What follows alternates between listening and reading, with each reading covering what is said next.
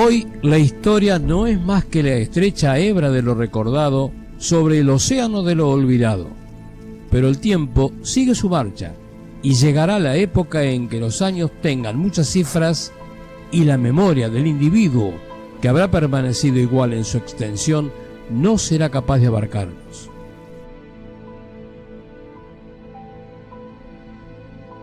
Como una cuestión de pendientes y obras hidráulicas mal hechas e incompletas, en el mes de noviembre de aquel año 85, un enorme alud de agua bajaba desde las sierras y avanzaba hacia Bolívar.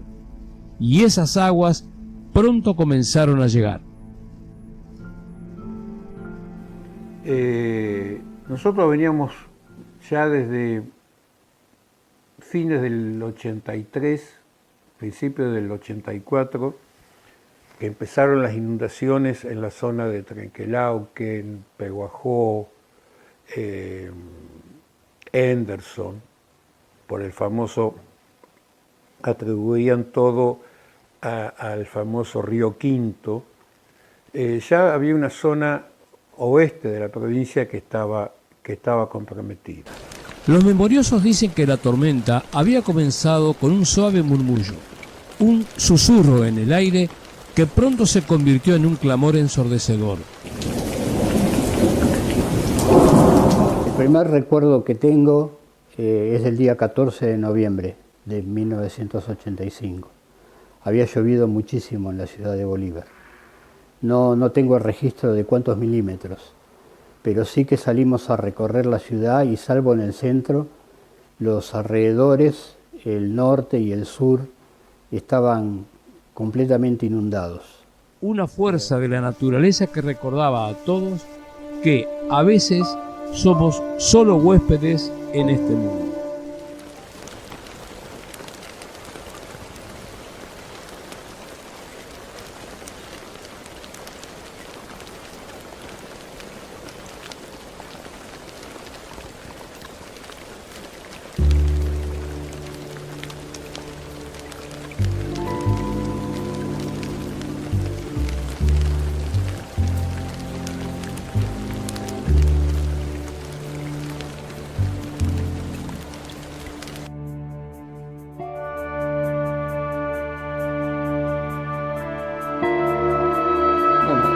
Juan Carlos Belomo es parte grande de la historia de Bolívar. Yo creo que fue el héroe mayor de Bolívar de todos los tiempos. El jueves 14 de noviembre de 1985, el agua empezó a entrar por las calles más alejadas y pronto se convirtió en un visitante no deseado. Bueno, yo creo que estamos recordando uno de los episodios más emblemáticos de la historia de Bolívar, donde se demostró, me parece a mí, que la unión de la gente, que la movilización popular puede con cualquier barrera, ¿no? Los desbordes de las encadenadas se sumaban en una lucha desigual contra la ciudad y sus habitantes. La desesperación crecía con cada suspiro apagado. El miedo recorría las venas de cada habitante de Bolívar.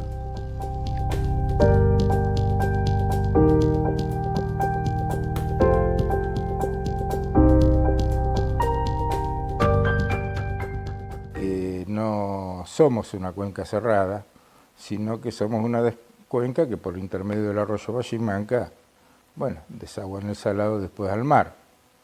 Pero el desborde del agua que baja de las sierras nos afecta mucho porque ya en la zona nuestra, por las bajas pendientes, cualquier incremento del caudal provoca un incremento del tirante de agua. El escurrimiento de las aguas,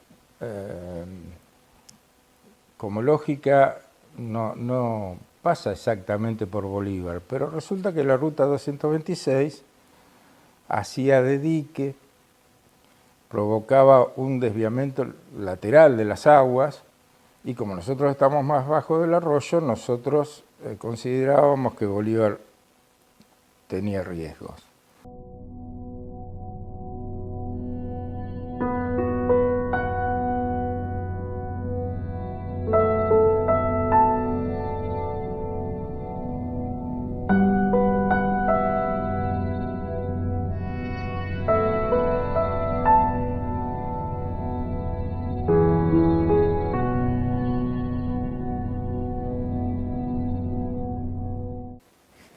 Entonces, obviamente, el agua que pasaba al llegar a la ruta se empieza a volcar hacia Bolívar. Ahí se comienza a hacer todo un trabajo de terraplenes en los caminos, tapando el camino de la 140, se empezó a tapar con terraplenes para evitar que el agua de la Palangana viniese hacia Bolívar, pero a su vez el agua también se nos iba para la zona de la Cabeza del Buey, y de ahí se venía para Bolívar. Esta situación se agrava cuando el 10 de noviembre del 85 revienta el terraplén del lago de Pecuén y es mayor la cantidad de agua que se nos viene para nuestra zona. Y ahí comienza todo un trabajo en conjunto, autoridades, instituciones y gente de Bolívar, para ver, analizar la situación y tomar medidas. El agua empezó a entrar por las calles más alejadas y pronto se convirtió en un visitante no deseado y amenazaba deslizarse entre las casas como si explorara cada rincón en busca de un lugar por donde apoderarse de la ciudad. No sabíamos todavía, por supuesto, que se iba a volar la ruta 226, pero sí sabíamos de que traía mucha agua el arroyo Vallimanca, que la cuenca alta estaba completamente inundada con mucha agua y que la ciudad de Bolívar no tenía, obviamente, pasado el tiempo, no tenía la canalización ni los desagües que tienen hoy, y que por lo tanto esa cantidad de agua podía producir anegamientos en la ciudad. El sonido del agua corriendo era como un lamento que atravesaba el aire, arrastrando consigo recuerdos y angustias. Recuerdo el barrio de Lanet, todavía seguía la escuela en ese lugar, estaban trabajando los bomberos voluntarios desagotando. La calle Roca hasta la avenida 25 de Mayo estaba completamente inundada, el agua llegaba hasta las puertas de los domicilios. La plaza de la estación de tren estaba con el agua en las veredas porque todavía tuvimos que subir el auto para andar por la plaza. La avenida Centenario estaba inundada, la avenida Mariano Unzué estaba inundado. Las ventanas se empañaron y las puertas se cerraron de golpe, pero era una lucha fútil.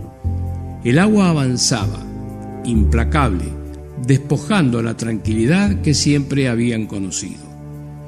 La angustia se podía sentir en el aire, mientras que el agua continuaba su marcha inexorable y era un enemigo voraz, que no conocía piedad. Así que bueno, había un clima de mucha preocupación.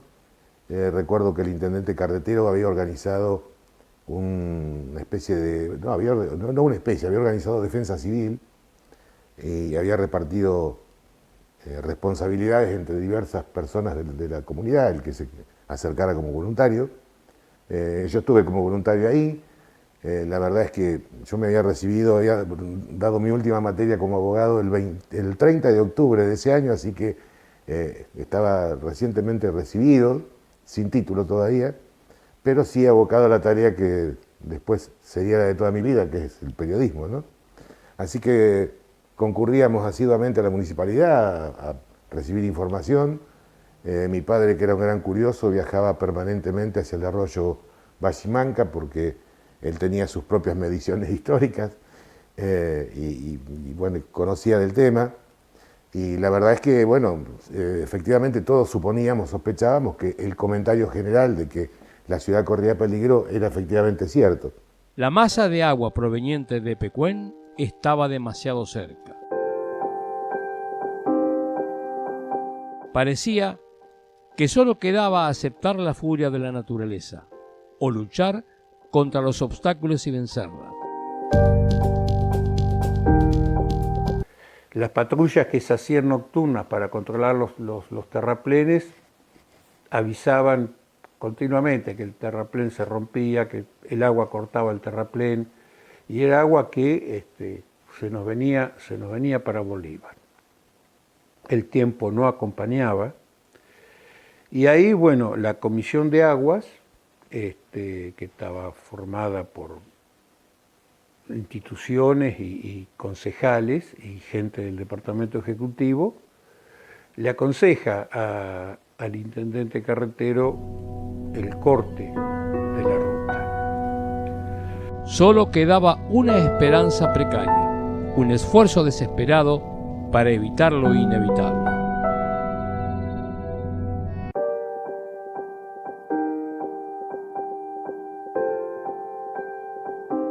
El intendente estaba en una situación muy comprometida,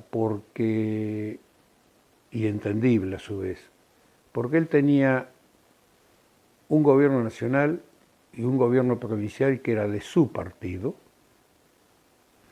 donde el gobierno provincial, con mucha gente de Saladillo en su gobierno, no querían saber absolutamente nada de que se le mandara más agua a ellos. Por eso la dirección de hidráulica trabajaba condicionada. Y por otro lado tenía la presión de abajo, tenía la presión del pueblo, tenía la presión de las instituciones, tenía la presión del Consejo Deliberante, que presionaba para tomar la determinación. Determinación que es entendible, no le resultó nada sencilla al ingeniero Carretero tomarla. El aire vibraba con una tensión palpable. No había risas ni saludos casuales. La sola idea de perder el lugar donde se entrelazaban tantas memorias enardecía a los habitantes de Bolívar. Las autoridades provinciales y nacionales se oponían decididamente a escuchar sus propuestas y entender sus razones. Bueno, la historia un poco de la decisión del corte de la ruta surge de un trabajo. Cabe mencionar acá que nosotros asumimos en diciembre del 83 y la primera ordenanza que se hizo fue un proyecto de Unión Cívica Radical de formar la Comisión Vial, que después manejó con autonomía de fondos todo el periodo de los 4 años. Y el segundo proyecto fue un proyecto del peronismo para formar lo que en aquel momento se denominó la Comisión de Agua, que estaba representada por distintos sectores de la sociedad y distintos sectores de representantes de todos los bloques. La relación mía con todos los partidos políticos fue siempre muy buena, extraordinaria. Todos los sectores trabajaron conmigo en un marco de diálogo como debe ser, como para poder resolver especialmente los problemas que son prioritarios y que pasan más allá de lo que puede resolverse en lo cotidiano. María de Martini, la esposa del doctor Martini, que también el doctor Martini también fue asesor, fue representante del partido de los concejales justicialistas, y la nombro ella porque junto a otros, ¿no?, a otras personas, comenzaron a trabajar. María tuvo también una tremenda empatía conmigo, trabajamos juntos. A veces se dio que al ser yo ingeniero también hidráulico, civil, pero por parte también hidráulica, conocido el tema, yo tenía la experiencia de lo que había pasado en la inundación del 80. La inundación del 80, que estaba de intendente el doctor Berciartúa, fue una inundación con mayor cantidad de agua, pero con menos tiempo de duración de agua. Al tener menos tiempo, las defensas que en ese momento se manejaron duraron más. Y previendo lo que esa inundación pudiese repetirse, comenzamos a trabajar en toda la cuenca. Ustedes saben que la cuenca del Salado es una cuenca abierta, que la cuenca del Salado es una cuenca donde todas las aguas, después de recorrer varios partidos, termina en la bahía de San Borombón, o sea, todo el agua sale al mar, y por salir al mar, la cuenca se llama cuenca abierta. Instalamos dentro del Partido Bolívar en muchas estaciones de aforo para medir caudales en las distintas lagunas. Hacíamos viajes aéreos, viajes terrestres, ¿no? Y fuimos así conociendo la temática del proceso de aguas y lo que se iba desarrollando. Usted sabe que en 1975 teníamos la cuenca de las Encadenadas, que es una cuenca cerrada, porque las aguas van de Laguna Alsina de Pecuén. Los intendentes de Guaminí y los intendentes de Carué querían hacer las lagunas turísticas. Bueno, pero las lagunas turísticas le faltaba a ellos lo más importante para hacer turismo en una laguna, que es agua. No tenían agua. Entonces no tuvieron mejor idea que con el apoyo del gobierno de la provincia de Buenos Aires construyeron la peor obra de la historia de la provincia de Buenos Aires, el famoso canal Ameguino, que lamentablemente lleva el nombre de uno de los hombres, o quizás el más importante, de la historia hídrica de la provincia de Buenos Aires. ¿Qué hacía el canal Ameguino? Hacía un trasvasamiento de agua de las cuencas. Tomaba agua de la cuenca nuestra, en la cercanía de General de Madrid, y la mandaba a la Laguna Alsina, que son la cuenca de las Encadenadas, lo que permitió que nosotros durante un montón de tiempo tuviéramos menos agua y que los productores de Bolívar avanzaban hacia el arroyo Vallimanca para producir, porque el agua tenía menos, generando hasta pasturas y hasta trabajo de agricultura, porque teníamos menos agua y al tener la propiedad de los campos empezaron a generar ese tipo de trabajos. Eso a su vez, tanto Guaminí, Cochicó, Carué y demás tuvieron mucha mayor cantidad de agua. Pero cuando viene un proceso, como en el año 85 de inundación, el canal Ameguino comienza a trasladarle a ellos una masa de agua tan importante que comenzaron a peligrar las ciudades de las Encadenadas del Oeste, especialmente Pecuén, que es la más baja de todas, y no tuvieron mejor idea que construir un tapón. Construyeron un tapón entre el Huáscar y el Ameguino, o sea, cuando el Ameguino cruza el Huáscar, le pusieron un tapón. Un tapón, cuando yo hablo de un tapón, estoy hablando de una masa de suelo de 20 metros de alto por 40 de ancho y por 40 de largo, ¿no? Entonces, ¿qué pasaba? Ese tapón hacía, o sea, la función que prevenía ellos es detener el agua hacia las Encadenadas y volverla a mandar a Bolívar por el Huáscar. O sea, el agua que se sacaron antes, la dejaron de pasar a la Encadenada y la volvían a Bolívar. Todo eso lo teníamos registrado nosotros. Y sabíamos, y lo dijimos, en aquel momento, que el tapón iba a desaparecer por la fuerza de las aguas si seguía la cantidad que teníamos. Así ocurrió. En 1985 se rompe ese tapón, el tapón se rompe comienzan las filtraciones, se rompe ese tapón. Entonces, cuando el tapón se rompe totalmente, el agua se desmadra y comienza a dirigirse en todas las direcciones y en todos los sentidos, fundamentalmente hacia Bolívar, pero también hacia la laguna de la cuenca cerrada. Allá por octubre, nosotros en una reunión en Carué, yo como intendente en aquel momento, le pedí a la gente de Pecuén y le dije que estaban muy en peligro, porque nosotros lo teníamos estudiado y sabíamos de la desaparición de Pecuén. Estaba escrito. Y le dijimos que lo mejor que podían hacer era evacuar el pueblo y esperar, cosa que no cayó bien en ellos porque parecía que estábamos diciéndole cosas que nosotros veníamos estudiando. Lo nuestro siempre fue un trabajo técnico y ocurrió eso. Entonces ese agua ya se vino toda al partido Bolívar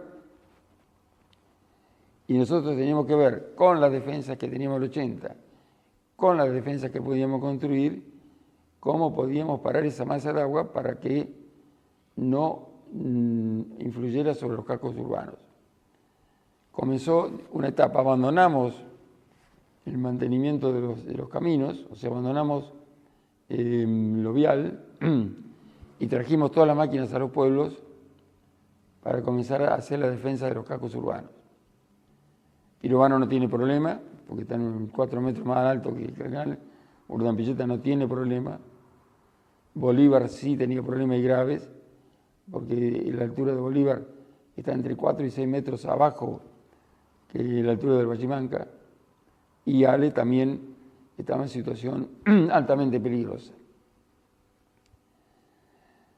Nosotros habíamos construido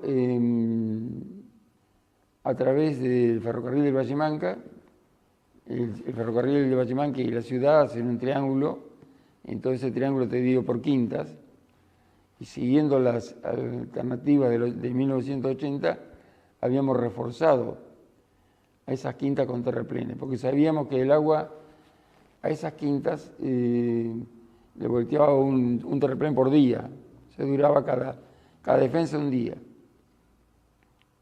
Pero como la inundación del 80 fue un poco más corta, y esta iba a ser mucho más larga, no nos iba a alcanzar la defensa de los terraplenes para poder defender a Bolívar.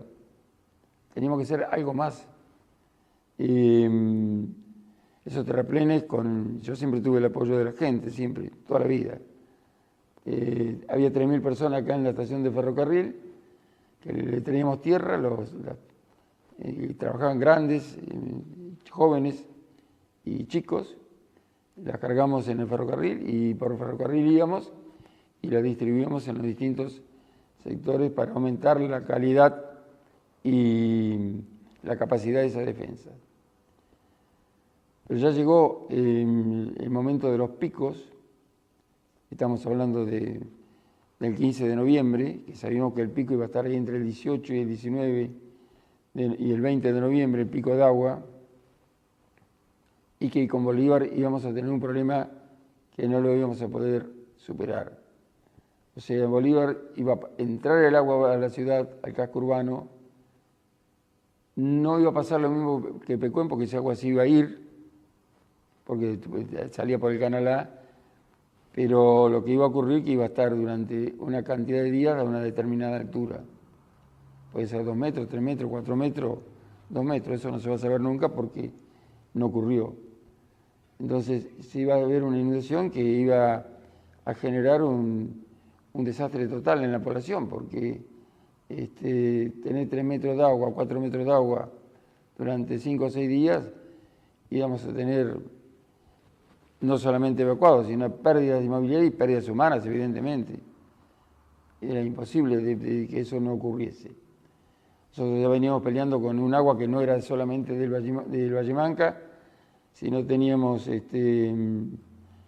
todas las lagunas, la parte de atrás del agua de Ibarra la sacamos por los pluviales, acá en la 25 de mayo.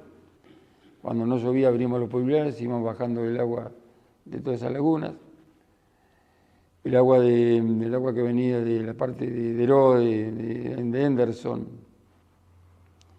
que venía a la intersección de la ruta 226 y la 65, nos pasaba por arriba, o sea, todo era agua, todo el partido era agua.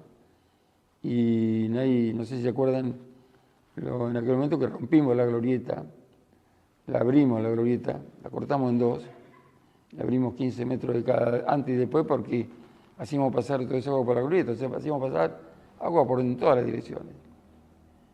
¿Qué pasó?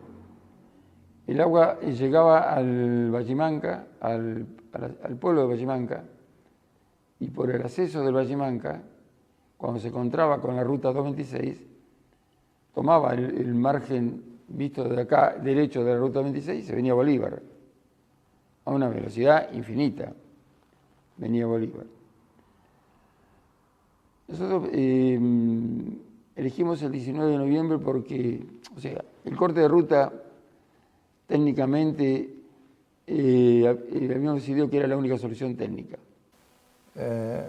Estábamos reunidos, era bastante avanzada la noche, Estábamos reunidos en lo que era Obras Públicas, que era mi oficina en aquel momento, que estaba en la Chava de la Municipalidad, con la Comisión de Aguas y obviamente con el intendente carretero, que estaba ocupado entre la cuestión técnica, porque bueno, él era ingeniero, y la cuestión del manejo de la relación con la provincia y con hidráulica, para que hacer todo en conjunto, o por lo menos con el menor conflicto posible.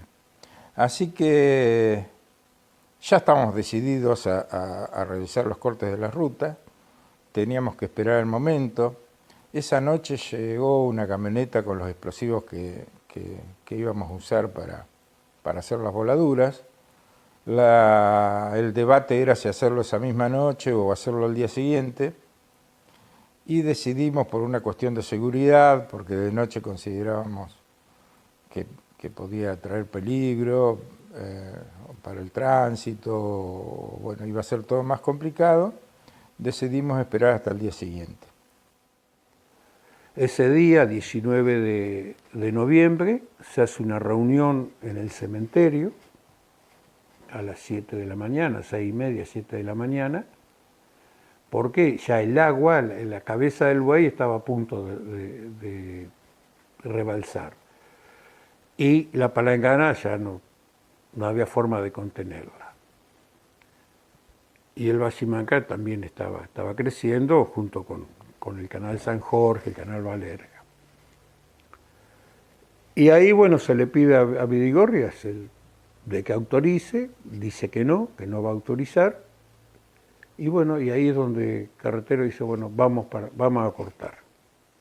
Y ahí es donde vamos hacia la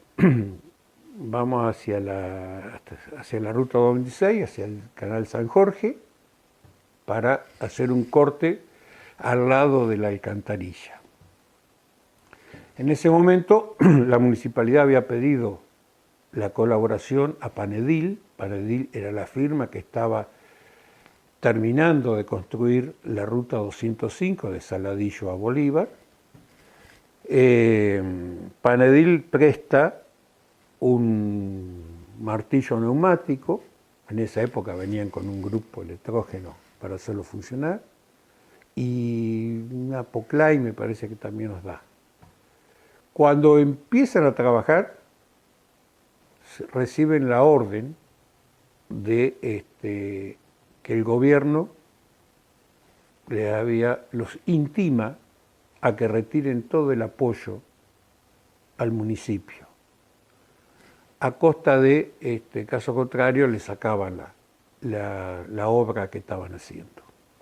Eso motiva que nos quedamos sin herramientas, solamente con una Pocline chiquita que tenía la municipalidad, que fue con la que se empezó a hacer el corte. Porque al no tener el martillo, no se podía perforar para enterrar los explosivos. Y entendíamos que había que tomar una decisión que era sencilla técnicamente, porque la verdad que no era muy difícil de entender, que lo que estábamos haciendo era abrir algunas brechas en la ruta 226 para, digamos, provocar que las aguas siguieran su curso natural, nada más que eso. No estábamos desviando ni haciendo nada artificial que cambie lo que era natural en el agua, que era pasar por la ruta 226. De hecho, el terraplén del ferrocarril, que está paralelo a la ruta en aquel lugar, tenía mayor superficie de pasada que la ruta 226. Así que tampoco fue un hecho inconsulto, se habló con las autoridades provinciales, se habló con Hidráulica, pero bueno, Hidráulica consideraba o que no era el momento o que no era necesario. Ante eso se tomó la determinación de efectivamente hacer los cortes.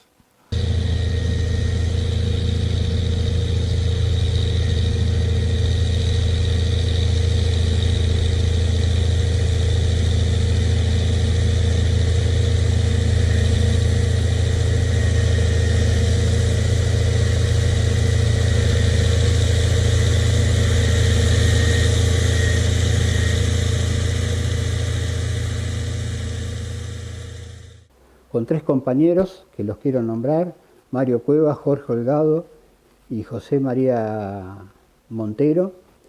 Nos fuimos a la municipalidad en la noche del 18 de noviembre y nos quedamos en una oficina que está en la entrada, la primera oficina a la derecha, con todos los equipos preparados, con la pila de cassette, varias baterías, porque ya te digo, eran cassettes de 20 minutos, y nos quedamos toda esa noche y madrugada esperando a ver al menor movimiento, estar atentos para salir.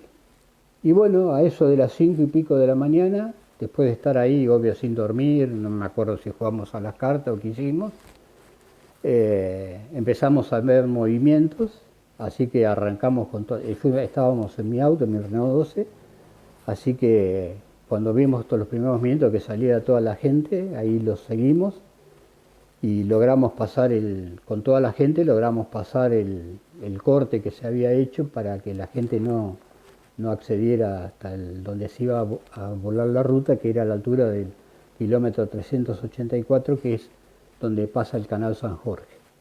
Así que ahí fuimos, detrás de la gente. Así que aquel día del 19 de noviembre, que fue una gesta histórica, creo yo, la verdad que en el común de la gente subyacía la idea de que había que defender la ciudad de alguna manera. La voladura de la ruta en sí mismo no fue un comentario en los días previos, se mantuvo muy en una zona de reserva. Nosotros accedimos yo personalmente accedí a esa información por estar en el lugar y porque se determinó esa decisión medio secreta y me tocó estar casualmente como periodista escuchando lo que estaba sucediendo en ese momento, ya en la ruta.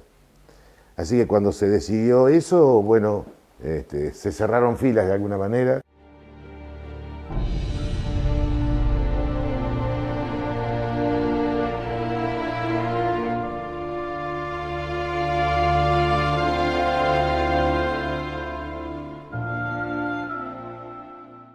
Nosotros elegimos el 19 de noviembre porque, o sea, el corte de ruta técnicamente habíamos decidido que era la única solución técnica, pero no era fácil de realizar. Hoy no se podía, por el tema de comunicaciones, posiblemente no se hubiera podido hacer, porque eran momentos, eran horas, donde después de ese tiempo íbamos a tener la intervención policial masiva, militar y lo que fuese.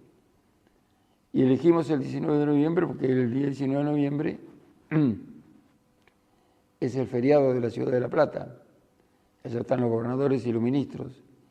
Entonces teníamos un margen de 3-4 horas ese día porque hasta que pudiese saber e intervenir, nosotros pensamos que ya podíamos tener cortada la ruta. Fue un tema de tremenda precisión, ¿no? De tiempos y manejo.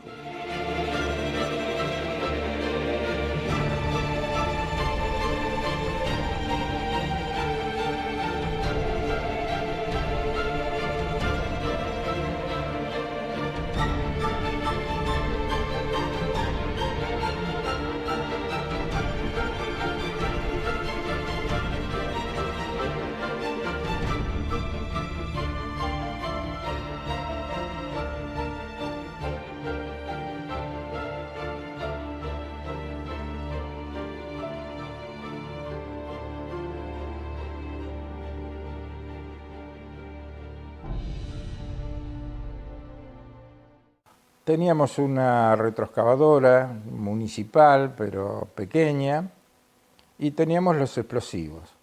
Así que, bueno, empezamos a trabajar con el primer corte de ruta y, bueno, nos costó bastante trabajo, pero lo fuimos haciendo. Con la POCLAIN se hace el corte, que llevó toda la mañana poder hacer ese corte. Cuando se termina ese corte, en el San Jorge, se viene a el canal Balerga, ahí en la puerta de la calle de Bachimanca.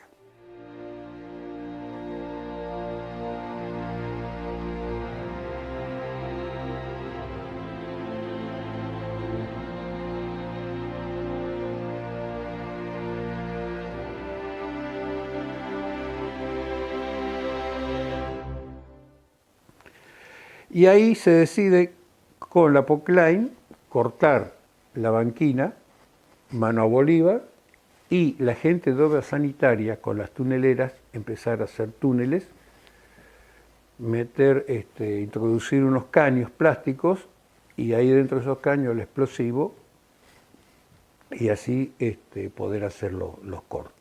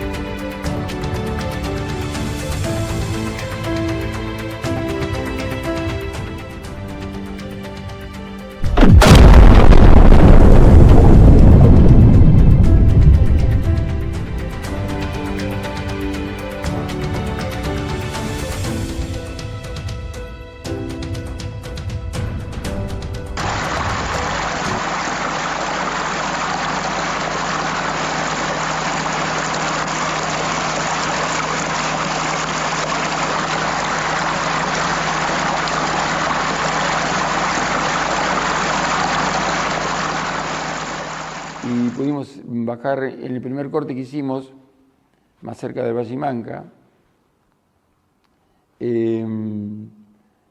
Tuvimos bastante tiempo para hacerlo, no nos dio el resultado que esperábamos. En cambio, el segundo corte, que ya lo hicimos más acá y de más o menos 2.000 metros de Vallimanca, nos dio el resultado que nosotros esperábamos.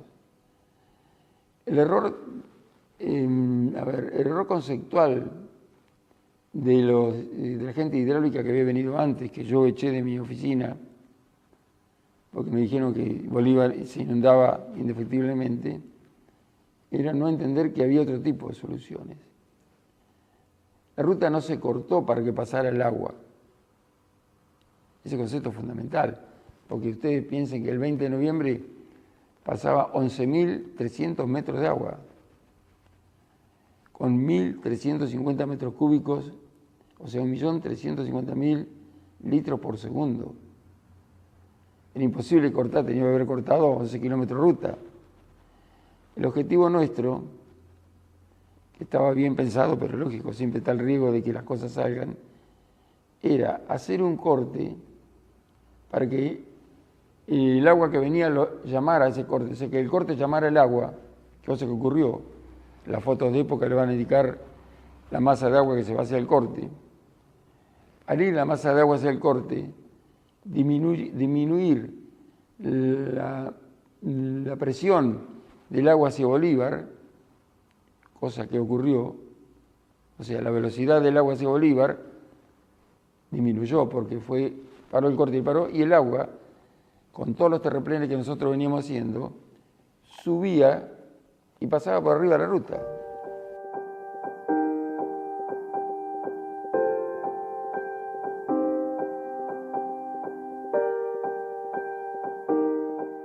Una vez que se estaba terminando el segundo corte en el canal Balerga, viene la noticia, dos noticias.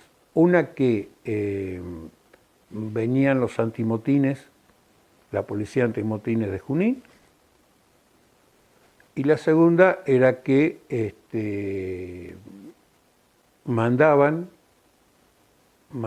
camiones de Loma Negra. Portesi, que era el ministro de Gobierno, había dado la orden de que fueran camiones de Loma Negra a tapar los cortes que se habían hecho. La indignación había superado el miedo, y los vecinos, que hasta ahora solo se conocían por un simple buenos días, se habían unido en un frente común. A la tarde ya estaba oscureciendo, se ven las balizas de móviles policiales que venían de aquel lado, que estaban en el corte del San Jorge. Aún con la presencia policial, los vecinos no se amedrentaron. Se mantuvieron firmes, unidos, demostrando que estaban dispuestos a luchar por lo que consideraban necesario. Yo trabajé en la escuela 55, la bajada de Paula. Fui muy jovencita ahí, 20 y pico de años, y era un rancho la escuela. Y teníamos como vecino a Juan Carlos Belomo con su familia, que estaba a 100 metros de la escuela. O sea que los hijos, para ir a la escuela, pasaban el alambrado y ya estaban en la escuela. Y nosotros fuimos con mi, en ese momento novio, eres mi marido, a mirar. Y nos pusimos en la bajada de Bachimanca y estábamos tomando mate en el auto y vino él a charlar con nosotros. Y se reía, me cargaba, me decía, ¿cómo vas a hacer ahora para ir a la escuela? ¿Vas a ir por la cuneta? Vos, que a mí no me gustaba faltar. Y bueno, charlando ahí, tomando mate. Y después nos vinimos para Bolívar, nosotros, y después a la noche fue el desastre que nos cayó muy mal. Y en la mañana salimos casi todos los días, temprano, 7, o antes de las 7, íbamos a hacer una recorrida por la ruta y después volvimos a trabajar. Y esa mañana me acuerdo que llegamos nosotros y había muy poca gente ya, porque eran 7 de la mañana. Y bueno, paramos ahí con el auto para bajar a la ruta, pues no se podía pasar, por supuesto, y creo que 50 metros tras nuestro bajó un helicóptero. En ese momento nos dimos cuenta de que había 2 colectivos blancos, que eran de la policía, que estaban todos durmiendo en los colectivos.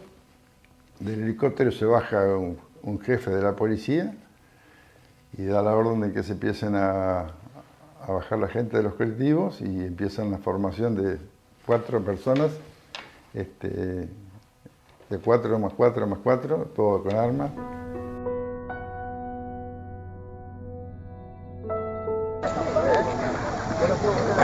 Sí, hemos pedido 15 minutos, hemos hablado con la máxima autoridad policial a efecto de que llegue alguna de las autoridades del partido.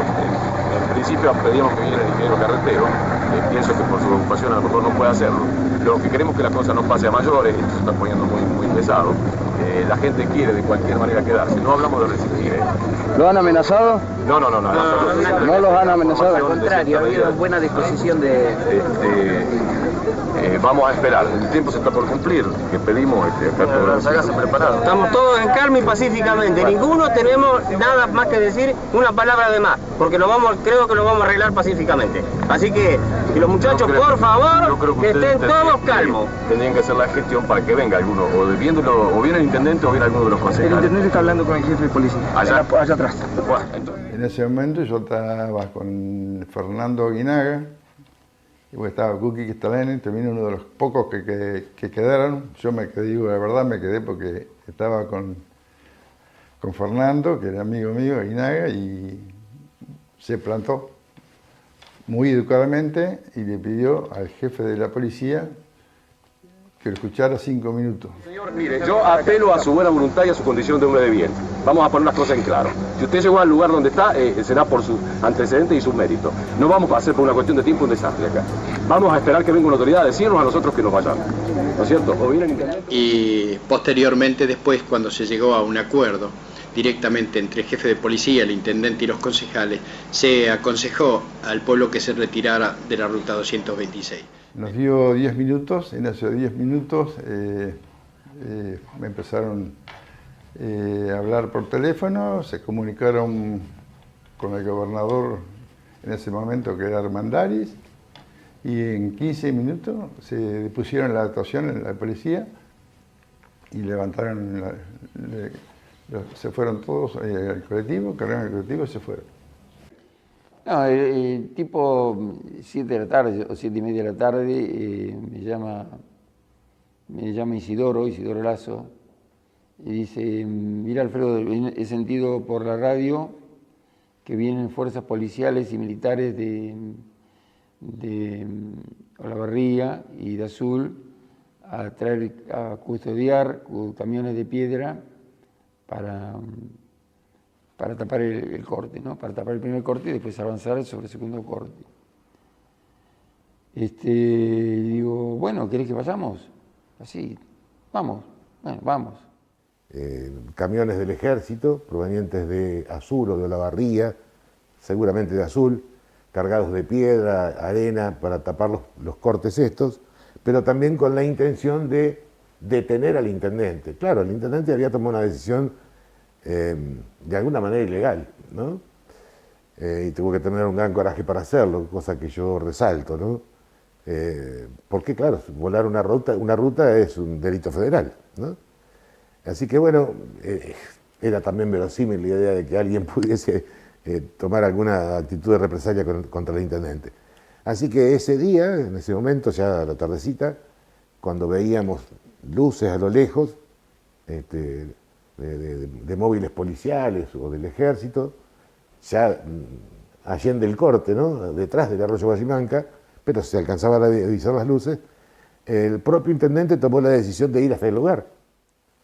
Así que, bueno, cuando concluimos con los cortes, aparentemente, como dije recién, teníamos como noticias de que nos iban a tapar los cortes del lado de la Olavarría, y por esa razón, acompañados de concejales, bueno, había bomberos, miembros del Ejecutivo, miembros de la Comisión de Agua, decidimos en unos botes pasar del lado de los cortes de Olavarría.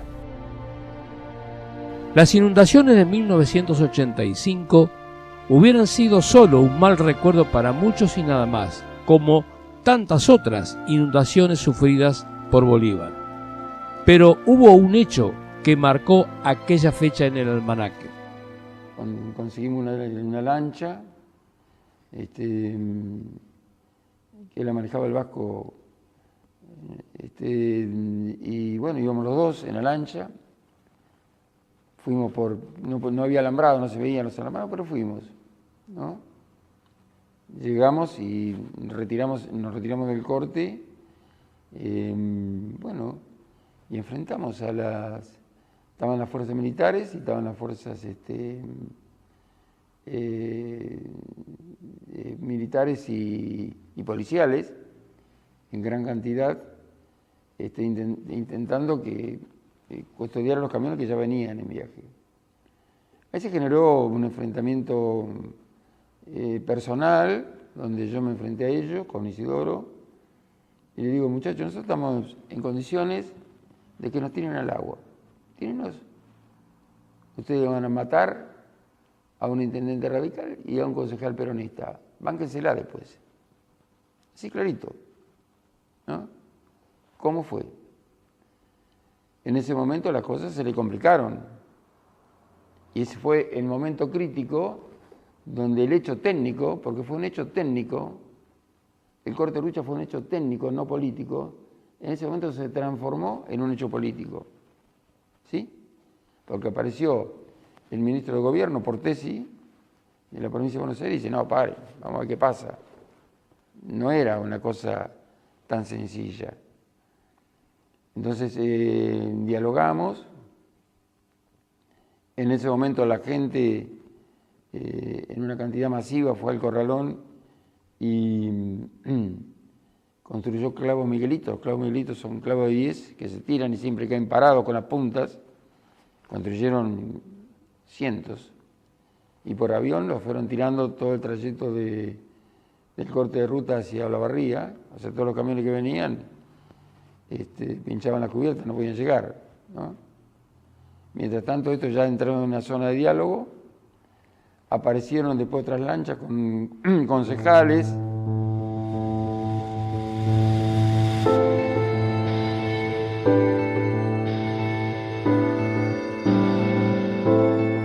En el corazón de la ciudad, un estruendo atroz interrumpió la vigilia y comenzó a reunirse con la incertidumbre en sus rostros.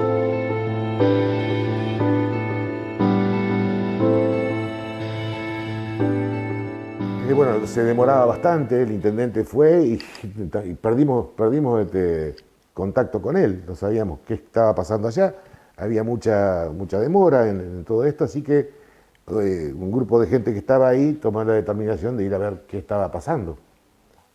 Ocurría entonces que subimos a los botes y íbamos a pasar por el agua para colocarnos del lado de la barría e impedir que nos taparan los cortes. Se solucionó el problema en cuanto a llegamos a un acuerdo con la provincia de que se dejaba todo normal, sin modificaciones, y que al otro día iba a venir gente de la provincia y íbamos a recorrer el helicóptero, que así fue toda la zona para llegar a un acuerdo final. Así que navegamos hasta el corte, cuando llegamos allá bajamos tranquilamente, nosotros no tuvimos ninguna dificultad, pero cuando bajamos a la ruta vimos que no, que estaba todo muy tranquilo, no había ni móviles ni nada por el estilo, había sí un móvil policial, creo yo, que lo habían puesto ahí para señalizar que estaba el corte, ¿no? No estaba sucediendo nada grave, ni tapadura de ruta, ni ninguna agresión contra el intendente.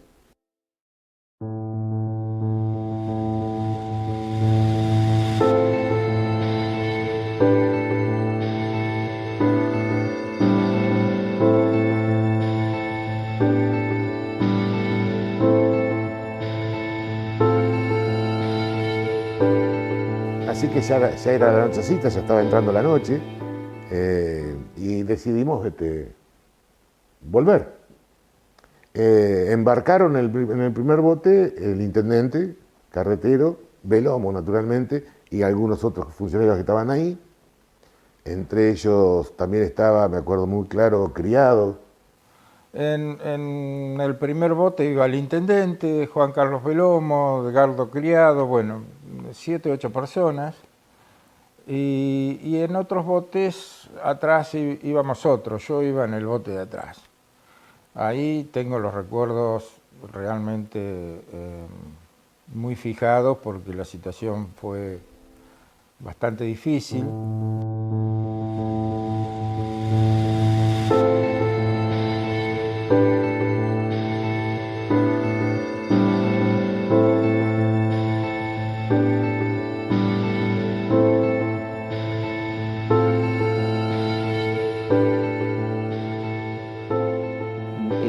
Juan Carlos estaba con mi señora y la señora de él. Mi señora quiso ir y Juan Carlos le dijo que quería ir él. quería a verme. Bueno, pasaron un montón de gente. Era una noche muy cerrada, o sea, no se veía absolutamente nada.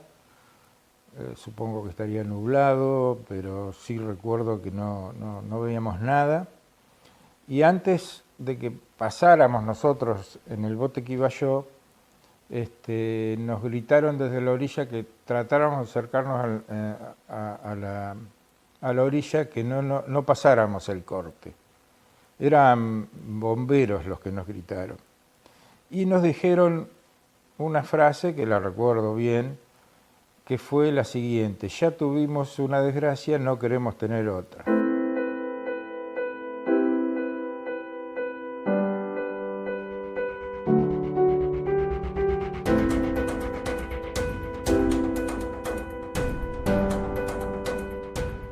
Y una sombra se cernió sobre nuestra ciudad. Fue un velo oscuro que envolvió cada rincón, el eco de lo inminente, de lo irreversible. Mientras las estrellas titilaban con desinterés, acá los lugareños comenzaban a ser testigos de un evento trágico que los dejaba sin aliento.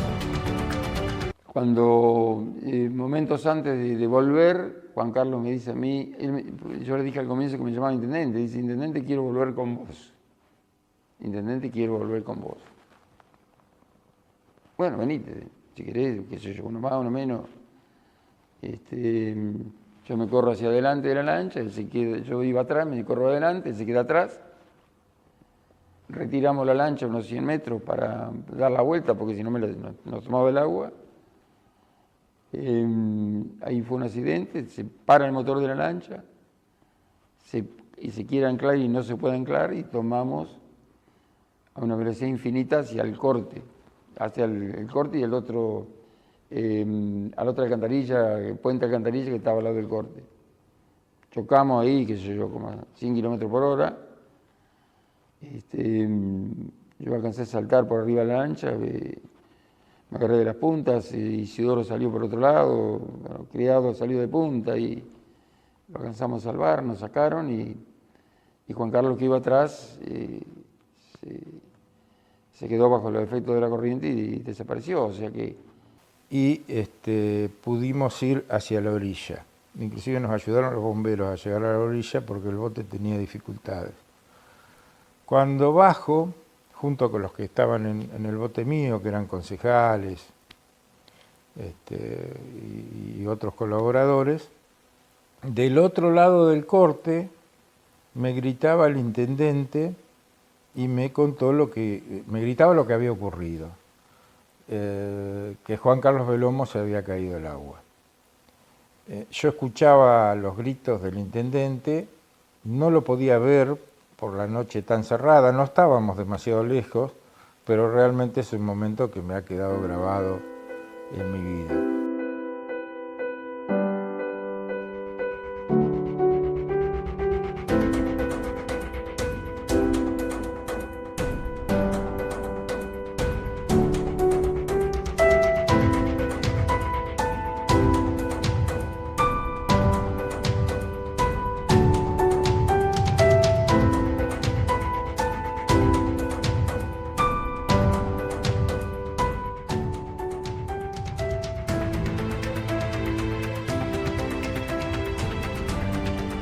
Había ocurrido que el bote había sido chupado por la alcantarilla, pegó contra el borde de la ruta y Belomo había caído al agua y bueno, otros pudieron aferrarse a terraplén o fueron ayudados y bueno, el resto se salvó. Lo que sucedió fue que la boca de tormenta que había ahí, que aspiraba agua hacia adentro, arrastró el bote hacia ese lugar. El bote dio una vuelta de campana y cayeron todos al agua. Juan Carlos pasó por el tubo y se fue. No lo encontramos más. Y me acuerdo muy claro la imagen de este muchacho Criado, un hombre de mucha fuerza que yo, tomado de la alcantarilla con los dedos así, y con todo el cuerpo metido adentro, ¿no? Entre 2 o 3 que estábamos ahí logramos ayudarlo y sacarlo, y sacamos a varias personas más del agua. Así que la verdad que fue un momento muy duro. Ya en ese momento, bueno, supimos lo que había pasado. La verdad que la situación era muy difícil. Por supuesto que teníamos esperanza de que se hubiese salvado. Fue un accidente y que nos llevó la vida de él, que bueno, él amaba, vuelvo a repetir, él amaba a su Bolívar, lo amaba a su Bolívar. Y él quería estar de regreso porque estábamos contentos, él estaba contento de que habíamos cumplido el objetivo. Al llegar los primeros rumores que una tragedia habría ocurrido, las primeras lágrimas caen silenciosamente, cargadas de un dolor profundo y colectivo que une a la comunidad en luto que hoy todavía duele. 40 años después de esa noche trágica, debemos encontrarnos reflexionando sobre el valor de la vida, sobre cómo en un abrir y cerrar de ojos todo puede cambiar.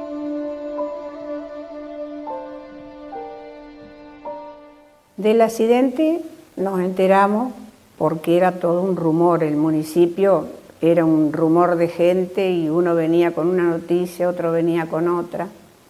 Ese día nosotros trabajamos toda la mañana en la oficina. Cuando llegó la hora de irnos, nos fuimos cada cual a nuestras casas. Y para que la oscuridad de su recuerdo no nos envuelva, debemos abrazar muy fuertes a los que hoy están, porque también ellos fueron parte de la bandera en pie de un Bolívar defendiéndose del agua.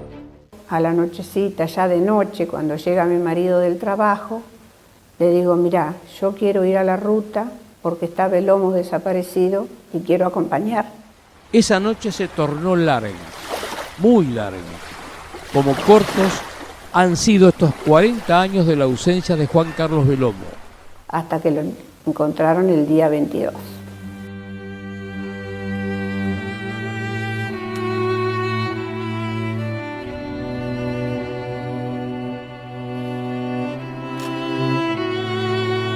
De los ciudadanos del Partido Bolívar, ciudadanos y ciudadanas del Partido Bolívar, de manera que se pueda trabajar en predecir, en luchar, en generar acciones y obras que permitan desarrollar. Cuando nosotros podamos lograr esto, y podamos tener ese trabajo terminado y resuelto, la gravedad que cada vez es peor, estamos mucho peor que el 85, en ese momento, cuando terminemos de hacer esto, le estaremos dando a Juan Carlos el homenaje que se merece, el homenaje final, porque dio su vida por esto, pero algunas cosas se las hemos resuelto y aún otras no. Porque a pesar de la tragedia, siempre hay una esperanza para sanar y reconstruir. El límite entre la vida y la muerte se desdibuja en los momentos fatales. Como recuerdo me queda eso, cuando me dice, me voy, hacete cargo de la oficina, porque yo no sé cuándo regreso.